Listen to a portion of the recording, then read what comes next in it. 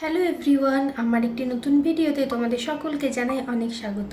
আশা করি তোমরা সবাই খুব ভালো আছো আর আমরাও ভালো আছি। আজকের বারটা সোমবার আর এখন বাজে সকাল 10:30। তো এখানে দেখছি একটা গাঁদা ফুল গাছ বেরিয়েছে। আসলে আগের বছর যখন আমি গাঁদা ফুল গাছ লাগিয়েছিলাম সেখান থেকেই দুটো গাঁদা ফুল আমি বীজ করে ছড়িয়ে দিয়েছিলাম।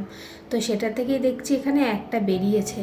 তো সেটাকে তুলেই অন্য একটা টবে লাগালাম। আর এদিকে মানি প্ল্যান্টটার পাতাগুলো দেখছি একটা করে ডেলি হলুদ হয়ে যাচ্ছে। তাই ভাবলাম এগুলোকে একটুখানি কাট করে অন্য একটা পটে বসিয়ে দিই, তো আরও গাছের পরিমাণটাও বেড়ে যাবে। আর এই ছোট ছোট মানি প্ল্যান্টের পাতা দুটো দেখতে পাচ্ছ, একদিন নিচে গেছিলাম তো দেখলাম রাস্তায় একটা এরকম ডাল পড়েছিল, হয়তো কারোর বাড়ি থেকে কেটে ফেলে দেওয়া।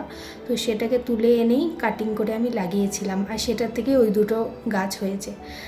তো ওই একই টব না, ওই একই একটা বক্স ছিল আমুল বাটারের, তো ওই বক্সটার মধ্যেই আরও বাকি মানি প্ল্যান্টগুলো লাগিয়ে নিলাম। এরপর স্নান করে রান্নাঘরে এসে আজকে দুপুরে আমি একটুখানি বানাচ্ছি ডিমের অমলেটের তরকারি। অনেক দিন খাওয়া হয়নি, বেশ ভালো লাগে খেতে, তাই ভাবলাম আজকে একটু বানিয়ে নিই। এদিকে আমি দুটো ডিম এখানে নিয়ে নিয়েছি, একটুখানি পেঁয়াজ আর নুন দিয়ে এটাকে ভালো করে একটু ফেটিয়ে নিই। অরিন্দম এটা আবার খেতে অতটা পছন্দ করে না, তো ওর জন্য মাছের ঝোল করা আছে। আমার ডেলি অত মাছ খেতে ভালো লাগে না। আগে ভালো লাগতো, যে বিয়ের আগে যখন মা বানাতো তখন ভালো লাগতো। এখন ওই নিজে ধুই নিজে রান্না করি, তো অতটা আর ইচ্ছা করে না খেতে। আর বিয়ের আগে তো আমার ডেলি মাছ ছাড়া খাওয়াই হতো না, এরকম ব্যাপার ছিল। তো এখানে কড়াইয়ে তেলটা গরম করে তারপরে যে ডিমটা ফেটিয়েছিলাম ওটা এখানে দিয়ে দিলাম। আর এটার একটু অমলেট করে নিচ্ছি এদিক ওদিকে উল্টে পাল্টে।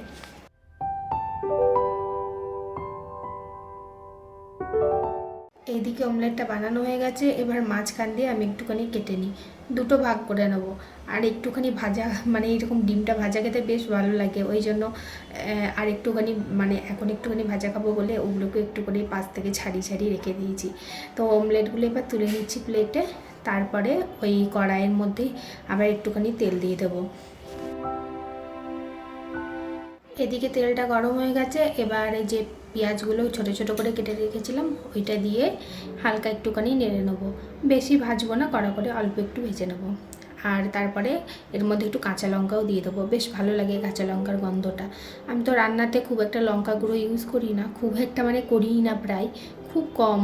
কখনো সখনো স্পেশাল কিছু রান্না করলে তখন ওই শুকনো লঙ্কাটাই ওই পেঁয়াজ রসুনের সঙ্গে বেটে নিই। তো এবারে একটু টমেটো কুচি, তারপরে একটু রসুনকে থেতো করে নিয়েছিলাম সেটা দিয়ে দিলাম, একটুখানি ধনে গুঁড়ো আর অল্প একটু নুন হলুদ দিয়ে আর অল্প একটু চিনিও দিলাম।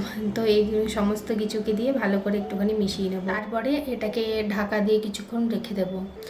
ও দাঁড়াও, আমি আবার আদা বাটাটা দিতে একবারে ভুলে গেছি। এখানে আর একটুখানি আদা বাটা দিয়ে দিলাম, 1 চামচ মতো, ছোটো চামচে। তো এটাকে ভালো করে মিশিয়ে নিয়ে তারপরে কিছুক্ষণ ঢাকা দিয়ে এটাকে রান্না করে নিয়েছিলাম।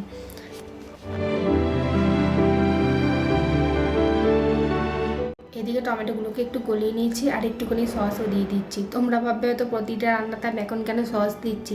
আসলে বাড়ি যাওয়ার আর মাত্র 10 দিন বাকি, তো এই সসের প্যাকেটটাকে শেষ করতে হবে, সেই জন্য যে রান্নাতে পারছি অল্প করে করে একটু করে দিয়ে দিচ্ছি।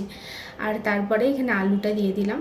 তারপরে সমস্ত কিছুর সঙ্গে আলুটাকে ভালো করে মিশিয়ে ঢাকা দিয়ে এটাকে একটু সেদ্ধ হতে দেবো।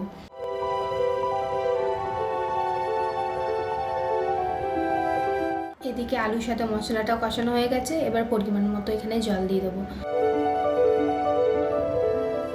এবার ঢাকা দিয়ে ঝোলটাকে একটু ফুটিয়ে নেবো। আমি না একদম অনেক বেশি এটাকে ঝোল করব না, অল্প অল্প ঝোল করব। আর ডিমের অমলেটে দেওয়ার পর তো ঝোলটাকে অনেকটা ঝোলটা অনেকটা টেনেই নেয় অমলেটে। তো ডিমের অমলেটটাও দিয়ে দিয়েছিলাম, তারপর ঢাকা দিয়ে আরও বেশ কিছুক্ষণ এটাকে ফুটিয়ে নিয়েছিলাম। যখন দেখলাম আলুটা ভালোভাবে সেদ্ধ হয়ে গেছে তখন ওপর দিক থেকে একটুখানি ধনেপাতা দিয়ে এটাকে নামিয়ে নিয়েছিলাম। গরম গরম ভাত, সাথে ডিমের অমলেটের তরকারি আর ছিল রায়তা। ভিডিওটা তাহলে আজকে এখানেই শেষ করছি। সবাই খুব ভালো থাকবে, সুস্থ থাকবে। আর আজকের ভিডিওটা কেমন লাগলো সেটা কমেন্ট করে অবশ্যই জানাবে।